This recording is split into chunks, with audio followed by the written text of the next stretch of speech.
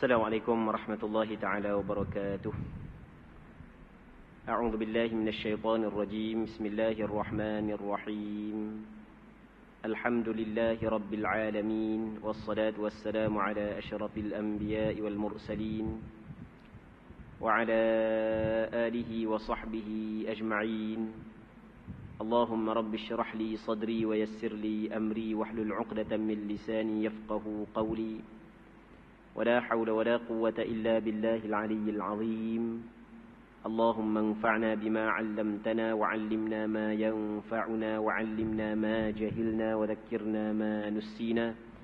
اللهم يسر ولا تعسر، رب تمم بالخير. اللهم افتح علينا فتوح العارفين، وفقنا توفيق الصالحين. اللهم لا سهل إلا ما جعلته سهلا، وأنت تجعل الحزن إذا شئت سهلا. InsyaAllah kita sambung semula pengajian kitab As-Sawm, Ahkamuhu Zakatul Fitr Salatul Eidain fi Madhabil Imam Syafi'i, karangan Al-Ustaz Al-Allamah Syekh Muhammad Saleh Al-Aqad. Sedikit syarahan daripada Al-Allamah Syekh Muhammad Hashim Al-Majdhub Al-Rifa'i Al-Husaini rahimahumallahu subhanahu wa ta'ala, wa nafa'anallahu bi'ulumihi fid darain amin. Kita masih lagi dalam bab kelebihan melakukan qiyam pada malam Lailatul Qadar dan penjelasan malam yang paling diharap berlakunya malam Lailatul Qadar. Muslimin muslimat yang dirahmati oleh Allah Subhanahu wa taala, antara anugerah dan rahmat yang Allah Subhanahu wa taala kurniakan kepada umat Nabi Muhammad sallallahu alaihi wasallam adalah amalan setiap umat Nabi Muhammad sallallahu alaihi wasallam digandakan. Satu kebaikan sekurang-kurangnya diganda kepada 10. Dan di antara anugerah yang Allah Taala bagi kepada umat Nabi Muhammad sallallahu alaihi wasallam adalah amalan-amalan tertentu yang dilakukan pada waktu-waktu tertentu dilipat ganda dengan gandaan yang Allah Taala sahaja yang lebih mengetahui. Antaranya adalah amalan yang dilakukan pada malam Lailatul Qadar. Kita sekarang ni kita berada pada 10 yang terakhir daripada bulan Ramadan. Yang mana pada malam yang 10 yang terakhir pada bulan Ramadan adalah malam yang paling diharapkan berlakunya Lailatul Qadar. Baik, kita akan baca beberapa hadis yang berkait dengan kelebihan melakukan qiyamul lail pada malam Lailatul Qadar, dan malam manakah yang paling diharap berlakunya malam Lailatul Qadar. Katanya, wa an Abi Hurairah, orang yang ada buku boleh tengok muka surat 48. Wa an Abi Hurairah radhiyallahu anhu 'anil Nabi sallallahu alaihi wasallam qala: Man qama lailatal qadri imanan wa ihtisaba ghufira lahu ma taqaddama min dhanbi, muttafaqun alaih. Maksudnya adalah sesiapa yang melakukan qiyamul lail pada malam Lailatul Qadar dengan penuh keimanan dan penuh pengharapan, diampun baginya segala dosanya yang telah lepas. Muslimin muslimat yang dirahmati oleh Allah Subhanahu wa taala. Dalam hadis ni kata Rasulullah, sesiapa yang melakukan qiyam pada malam Lailatul Qadar. Kita tidak tahu secara lebih tepat malam Lailatul Qadar. Mungkin ada sebahagian daripada hamba-hamba Allah Subhanahu wa taala, Allah Subhanahu wa taala memperlihatkan kepada mereka alamat-alamat malam Lailatul Qadar. Tapi bukan semua hamba Allah Subhanahu wa taala mendapat anugerah tersebut. Jadi oleh kerana malam Lailatul Qadar kita tidak tahu secara tepat, maka mana-mana malam yang diharapkan ia adalah malam Lailatul Qadar, jangan kita lepaskan peluang untuk melakukan qiyamul lail pada malam tersebut. Kata Nabi sallallahu alaihi wasallam, sesiapa yang melakukan qiyamul lail pada malam Lailatul Qadar penuh dengan keimanan. Maksud dia penuh keimanan, maksudnya dia mempercaya ataupun dia percaya bahawasanya Allah Subhanahu wa taala memberi ganjaran yang besar kepada orang yang melakukan qiyamul lail pada malam Lailatul Qadar. Dia percaya ada ganjaran yang besar. Yang keduanya, wahtisaban, dia mengharapkan ganjaran daripada Allah Subhanahu wa taala. Maka Allah Subhanahu wa taala ampun segala dosa dia hak yang telah lepas. Jadi kita pada malam 10 akhir daripada bulan Ramadan, sekurang-kurang, ni paling kurang sekali adalah kita jangan abaikan sembahyang isyak secara berjemaah di masjid. Begitu juga sembahyang subuh secara berjemaah di masjid. Ini sekurang-kurang. Hak yang paling kurang sekali. Lebih sikit adalah selepas daripada kita sembahyang isyak secara berjemaah di masjid, terus kita sembahyang tarawih pula secara berjemaah di masjid. Lepas tu subuh kita sembahyang secara berjemaah. Itu hak yang lebih sikit. Dan hak lebih lagi adalah terus kita beriktikaf, berada pada masjid pada malam tersebut sampai ke subuh. Hak tu hak yang paling comel lagi. Muttafaqun alaih, maksudnya hadis ini dikeluarkan oleh Imam Bukhari dan Muslim dalam kitab sahih bagi keduanya. Seterusnya wa an Ibnu Umar radhiyallahu anhuma anna rijalan min ashabin Nabi sallallahu alaihi wasallam uru lailatul qadri fil manami fi as-sab'il awakhir. فقال رسول الله صلى الله عليه وسلم أرى رؤياكم قد تواطأت في السبع الأواخر فمن كان متحريها فليتحرها في السبع الأواخر متفق عليه. Daripada Abdullah bin Umar bin Al-Khattab radhiyallahu taala anhuma, katanya ada beberapa orang lelaki dari kalangan sahabat-sahabat Nabi sallallahu alaihi wasallam diperlihat kepada mereka itu malam Lailatul Qadar di dalam tidur, iaitu berlaku pada 7 akhir daripada bulan Ramadan. Baik, jadi ada sebahagian daripada sahabat Nabi sallallahu alaihi wasallam mereka bermimpi bahawasanya malam Lailatul Qadar pada 7 yang terakhir daripada bulan Ramadan. Kita mimpi orang beriman, dia salah satu daripada 3 perkara. Yang pertamanya adalah daripada Allah Subhanahu wa taala, mimpi yang benar yang datang daripada Allah Subhanahu wa taala. Yang keduanya adalah tipu daya syaitan hak yang mendatangkan mimpi tersebut. Yang ketiganya adalah benda hak yang dia ingat sebelum daripada tidur sehingga masuk dalam mimpi. 3 perkara ini disebut oleh Nabi sallallahu alaihi wasallam. Dan antara kelebihan yang ada pada umat Nabi Muhammad sallallahu alaihi wasallam sebagaimana yang disebut di dalam beberapa hadis adalah semakin dekat dengan berlaku kiamat, semakin banyak mimpi yang benar yang berlaku pada orang beriman. Semakin banyak mimpi yang benar yang berlaku pada orang yang beriman. Dalam sebuah hadis yang dikeluarkan oleh Imam Bukhari dan Muslim dalam kitab sahih bagi keduanya, kata Nabi sallallahu alaihi wasallam, "Idza iqtaraba az-zaman lam takad ru'yal mu'min takdzib." Apabila dekat dengan kiamat, semakin dekat dengan kiamat, maka mimpi orang beriman semakin benar. Maksudnya orang beriman apabila dia bermimpi, mimpi yang dia tengok saat itu adalah mimpi yang benar. Benda tu akan berlaku. Benda tu pasti akan berlaku. Itu maksud dia. Dan kata Nabi sallallahu alaihi wasallam dalam hadis ini adalah wa asdaqukum ru'ya asdaqukum haditha. Orang yang paling benar di kalangan kamu mimpi adalah orang yang paling benar di kalangan kamu nisbah percakapan dia. Jadi orang yang ingin mendapat mimpi yang benar, maka dia kena benar dalam percakapan dia kena benar dalam perbuatan dia.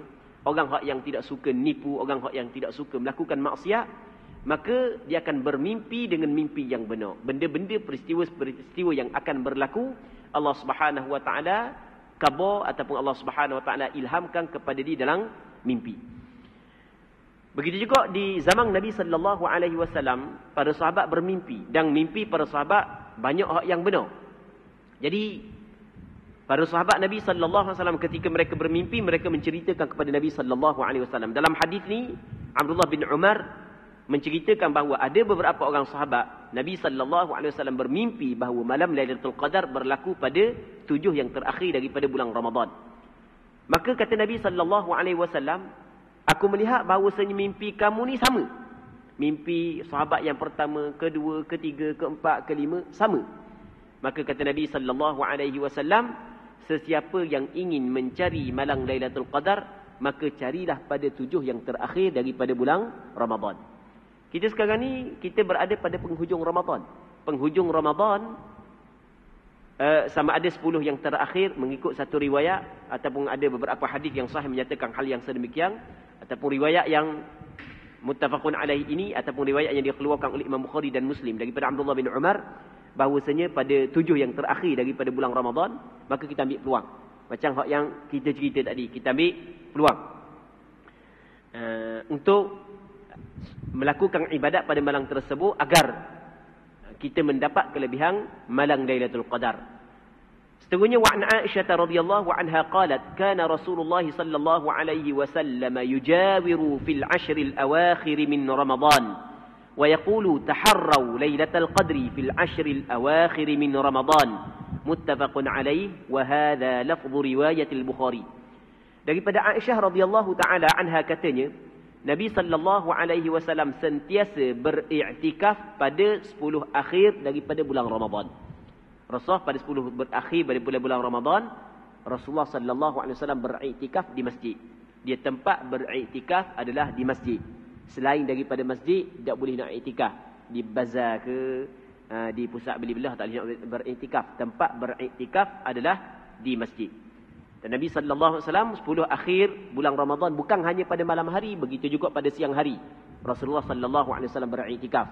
Jadi kita ni duduk dalam masjid ni, jangan lupa pula niat untuk beriktikaf. Saja aku beriktikaf dalam masjid ini kerana Allah Subhanahu wa taala. Jadi apabila kita niat beriktikaf dalam masjid, maka kita telah melakukan suatu ibadat yang dinamakan sebagai ibadat i'tikaf. Di samping kita duduk dalam majlis ilmu, di samping kita menunggu untuk sembahyang secara berjamaah, niat pula beriktikaf. Jadi dengan suatu perbuatan dapat beberapa ganjaran pahala. Satu perbuatan nampak pada zahirnya, rupa-rupanya dalam satu perbuatan itu ada gabungan daripada beberapa ibadat. Yang membezakan di antara gabungan ibadat dengan tidak gabungan adalah niat kita. Kalau kita niat duduk dalam masjid untuk beriktikaf, maka ada ganjaran pahala iktikaf. Jadi jangan lupalah untuk kita beriktikaf, niat beriktikaf ketika kita berada dalam masjid ini.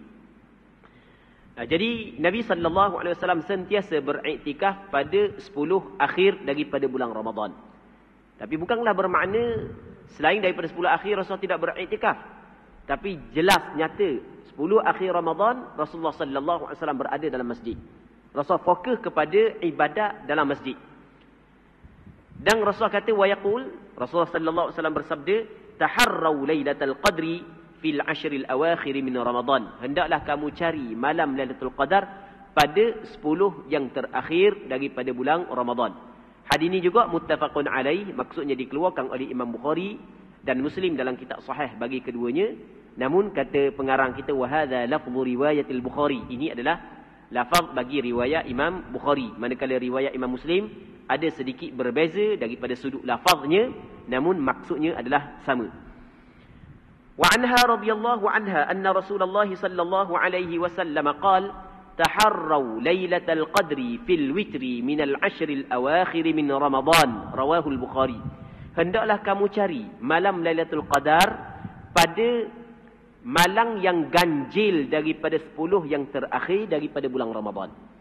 Jadi 10 yang terakhir pada bulan Ramadan itu adalah malam yang diharapkan berlaku pada malam Lailatul Qadar. Mungkin berlaku pada malam 21, mungkin 22, mungkin 23, mungkin 24, mungkin 25. Tapi dalam banyak-banyak hak yang 10 malam terakhir daripada bulan Ramadan, hak yang paling lagi diharapkan adalah malam-malam ganjil. Sebagai contoh 21, ataupun 23, ataupun 25, ataupun 27, 29. Hak tu yang paling diharapkan. Tapi secara jelasnya malam mana Lailatul Qadar, Allah Subhanahu wa taala sahaja yang mengetahui. Rawahul Bukhari, telah meriwayatkan diakan hadis ini oleh Imam Bukhari. Dan sebahagian daripada ulama menyebut, adalah antara sebahagian daripada hamba Allah Subhanahu wa taala pada malam Lailatul Qadar, perasaan dia malah tidak sama dengan malam-malam yang lain. Mungkin ada sebahagian daripada hamba Allah Subhanahu Wa Taala dia merasakan ketenangan yang luar biasa pada malam Lailatul Qadar. Namun ada sebahagian yang lain rasa malah pelik malam ni. Okey, ada juga sebahagian ulama menyebut perkara tersebut kerana nafsu kita ni dia tidak suka kepada kebaikan. Di sana ada hadis kata Nabi sallallahu alaihi wasallam, "Huffatil jannatu bil makarih." Syurga ini dilingkungi dengan perkara yang dibenci oleh hawa nafsu. Jadi rasa malah pelik, rasa ngatuk pelik, padahal tak ada letih lagu mana pun sebelum ni biasa je. Warna rasa malah pelik.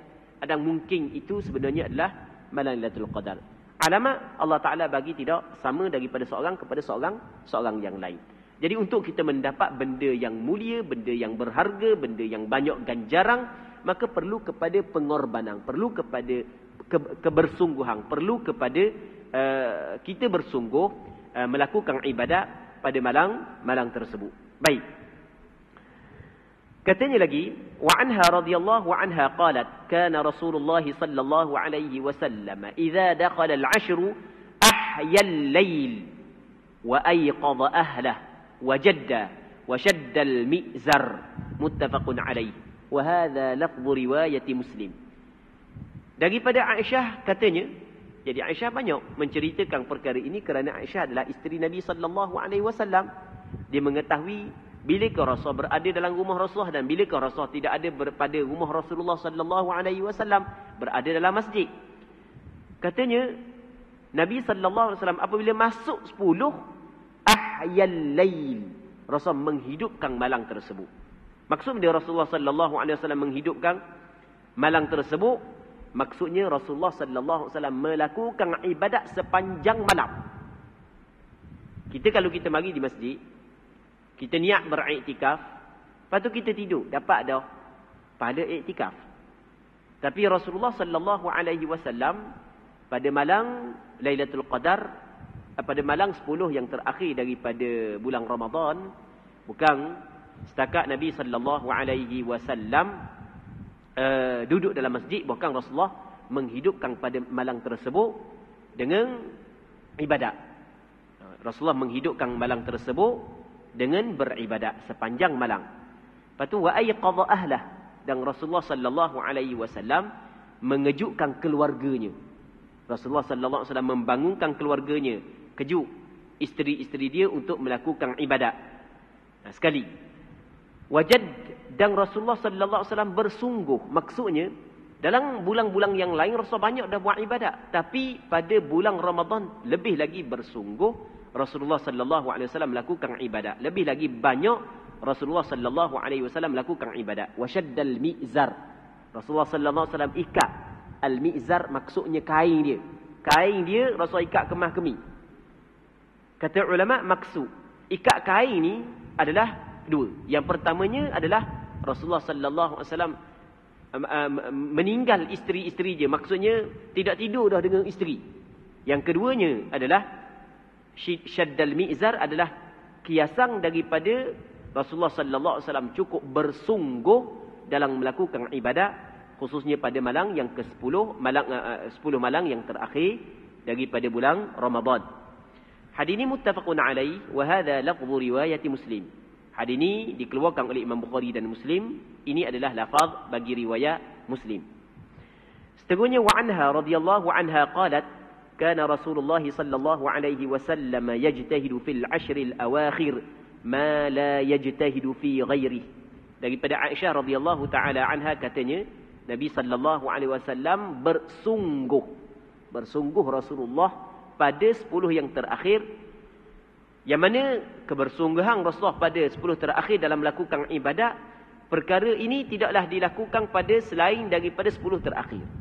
Padahal kalau kita tengok kepada hadis-hadis yang menceritakan tentang ibadat Rasulullah, sama ada pada siang hari ataupun pada malam hari, memang cukup banyak. Rasulullah sallallahu alaihi wasallam cukup kuat beribadat sama ada pada siang hari ataupun pada malam hari. Tetapi pada bulan Ramadan lebih lagi Rasul meningkatkan ibadat. Sehingga kan kata Aisyah radhiyallahu subhanahu wa taala bahawasanya Rasulullah pada semalam 10 yang terakhir bersungguh, yang mana kebersungguhan Rasulullah pada malam 10 akhir berbeza dengan kebersungguhan pada malam-malam yang lain. Maksudnya, nampak jelas perbezaan kebersungguhan Rasulullah pada 10 yang terakhir daripada bulan Ramadan. Kerana Rasulullah sallallahu alaihi wasallam ingin mendapat kelebihan beribadat pada malam tersebut. Yang pertama, yang keduanya kerana Rasulullah ingin mengajar kepada kita supaya kita bersungguh di dalam melakukan ibadat pada malam 10 terakhir pada bulan Ramadan. Kita alhamdulillah di tempat kita ada beberapa masjid yang mana mereka ataupun ahli jemaah segelintir, kita kata banyaklah segelintir ahli jemaah yang menghidupkan malam-malam 10 terakhir daripada bulan Ramadan dengan ibadat. Ada hak yang melakukan tadarus Al-Quran, ada hak yang sembahyang. Sebahagian daripada masjid di tempat kita, alhamdulillah, ada sebahagian daripada masjid di tempat kita. Dan ataupun program menghidupkan 10 malam terakhir pada bulan Ramadan bukan hanya dihadiri oleh warga-warga emas, warga-warga tua. Bahkan ada sebahagian daripada masjid dihadiri oleh orang-orang muda.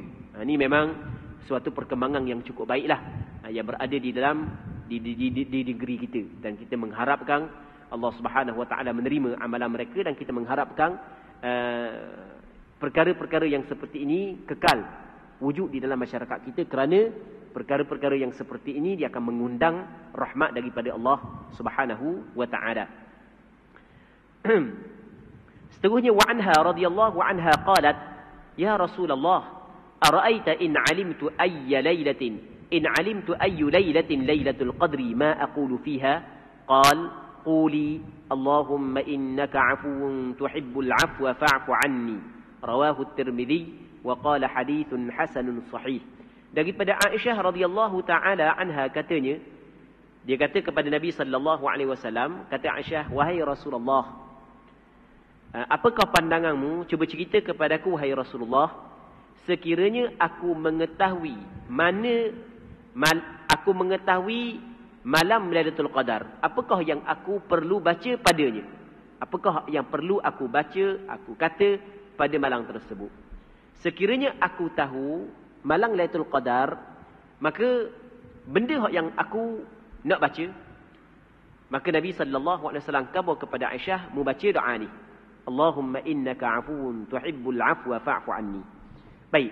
Jadi Aisyah, isteri Nabi sallallahu alaihi wasallam, dia mengambil peluang ketika hidup Nabi sallallahu alaihi wasallam bertanyakan kepada Rasulullah benda yang memberi manfaat kepada agamanya.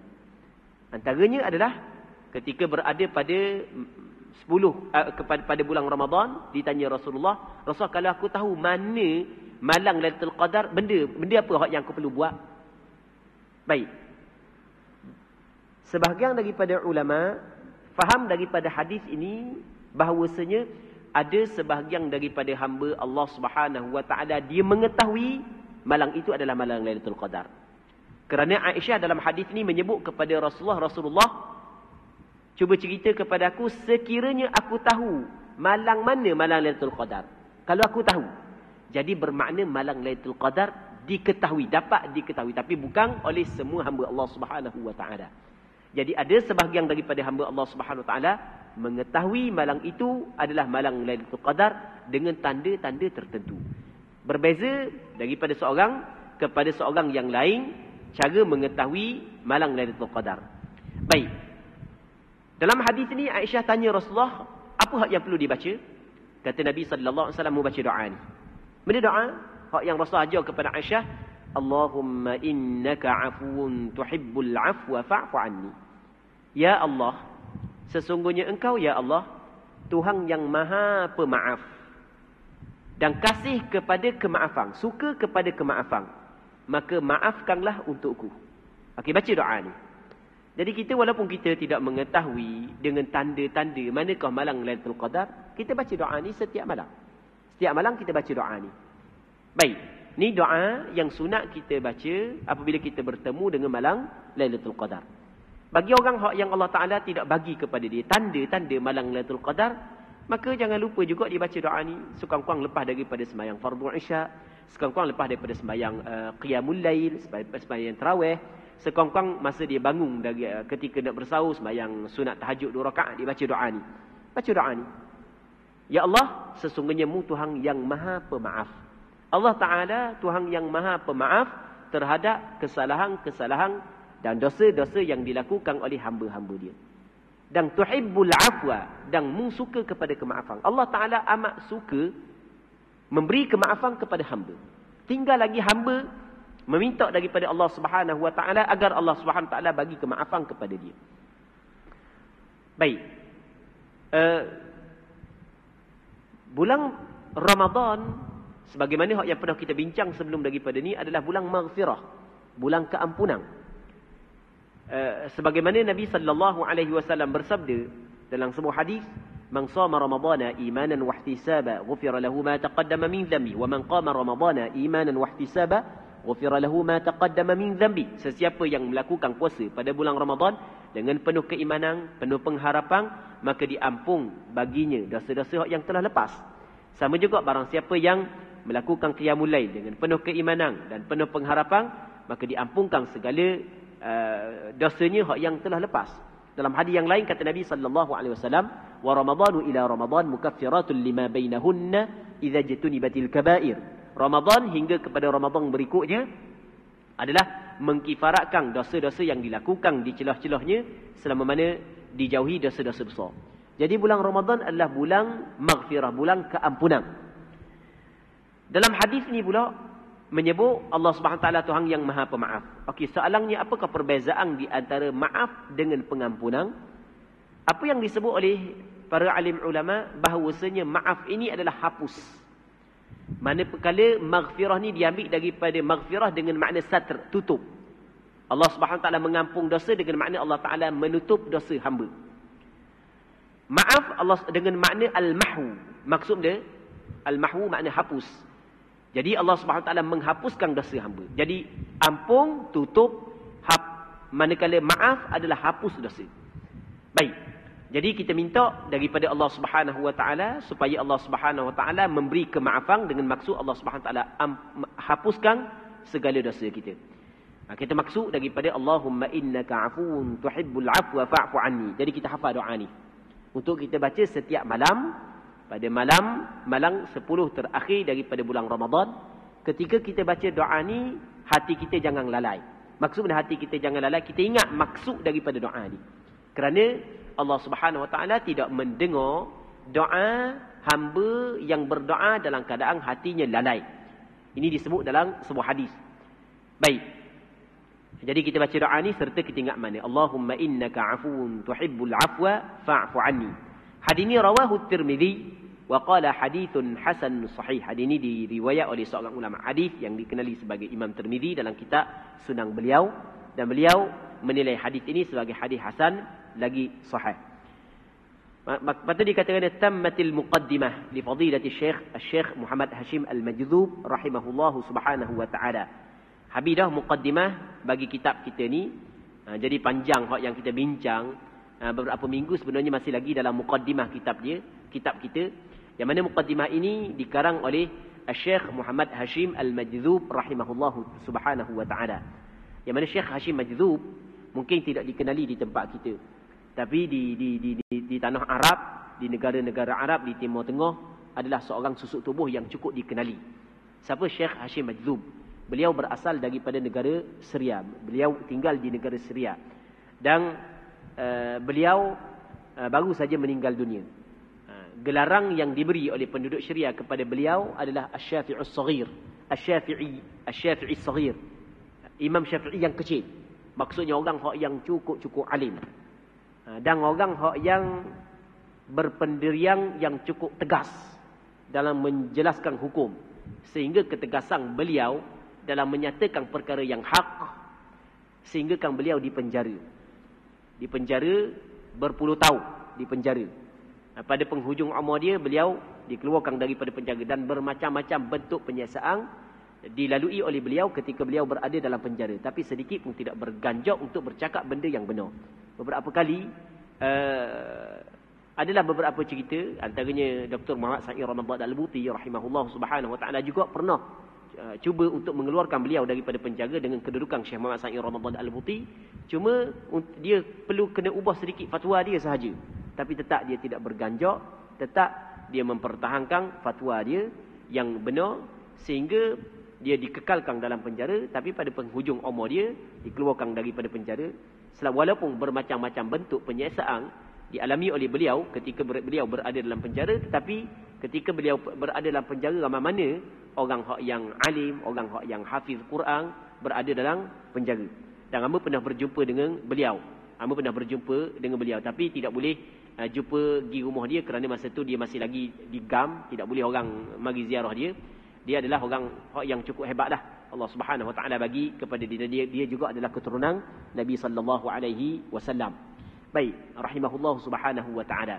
Hamba masa berjumpa dengan dia tu, masa tu ada seorang ulama qurra nama Syekh Muhyiddin Al-Kurdi. Syekh Muhyiddin Al-Kurdi adalah ulama besar di negara Syria, ulama qurra, ulama Quran, juga ulama fiqh. Tapi dia lebih masyhur kepada ulama Quran. Masa tu beliau meninggal dunia. Jadi semayang jenazah dia semayang di Masjid Jami' Bani Umayyah. Masjid Jami' Bani Umayyah ni adalah masjid yang paling besar di kota Damsyik, di Dimashq, di Syria. Jadi apabila biasa ulama besar mati ni, maka semayang di satu tempat, maka ulama-ulama pakat turun belaka semayang jenazah dia. Masa tu hamba sekali dengan seorang guru hamba nama Dr. Allahu Rabbi, yang lupa dah nama dia. Hamba lupa nama guru hamba dak mari. Dia ni juga termasuk dalam di kalangan ulama yang terkenal di Syria. Jadi kalau orang-orang jumpa dia saat ni tu, orang akak dia, orang agung dah dia. Ulama terkenal juga di Syria, nama dia hamba lupa nama dia. Tak mari. Tak mari. Biarlah. Jadi kita duduk dengan dia. Dia ni jumpa dengan orang lain tu, orang pakat hormat dia, pakat sanjung dia. Tiba-tiba ada seorang orang tua dipimpin oleh orang dalam keadaan ketar dah, tua dah. Lepas tu Tok Guru hamba ni dia pergi salang dengan orang tu sebagaimana budak salang dengan ulama besar. Jadi hamba kejut. Dah warna jadi pelik. Biasa orang jumpa dengan dia saat ni tu macam mengakak dia sebagai ulama besar. Tapi dia jumpa dengan orang tu, dia macam ke budak-budak. Orang tu hebat lagi. Hamba tanya siapa? Dia kata ni Syekh Hashim Majzub, dia kata. Asy-Syafi'i as-Saghir. Baik, danglah kita jumpa dengan dia sekali, tapi kita tidaklah sedang belajar dengan dia, cuma kita belajar dengan sebahagian daripada anak murid dia saja. Baik. Itu sedikit sebanyak cerita tentang pengarang kita Syekh Muhammad Hashim Al-Majzub rahimahullah subhanahu wa ta'ala. Jadi habis dah muqaddimah kitab ni. Lepas tu dia kata wa yaliha kitabus shaum li fadilatil ustaz Syekh marhum Muhammad Saleh Al-Aqad. Kitab ni akan disusul dengan kitab yang membincangkan tentang bab puasa yang dikarang oleh seorang ulama besar yang dikenali sebagai Syekh Saleh Al-Aqad rahimahullah subhanahu wa ta'ala. Jadi untuk hari ini kita berhenti sini dulu. Kita mengharapkan apa yang kita bincang ada manfaatnya dan ada keberkatannya. Semoga Allah subhanahu wa ta'ala memberkati majlis ilmu yang kita adakan pada petang yang mulia ini. Wallahu subhanahu wa ta'ala a'la wa adam. Allahumma haqqiqna bittiba'i nabiyyika Muhammadin sallallahu alaihi wasallam zahiran wa batina. اللهم إنا نسألك الإخلاص في القول والعمل. اللهم إنا نسألك الإخلاص في القول والعمل. اللهم إنا نسألك الإخلاص في القول والعمل.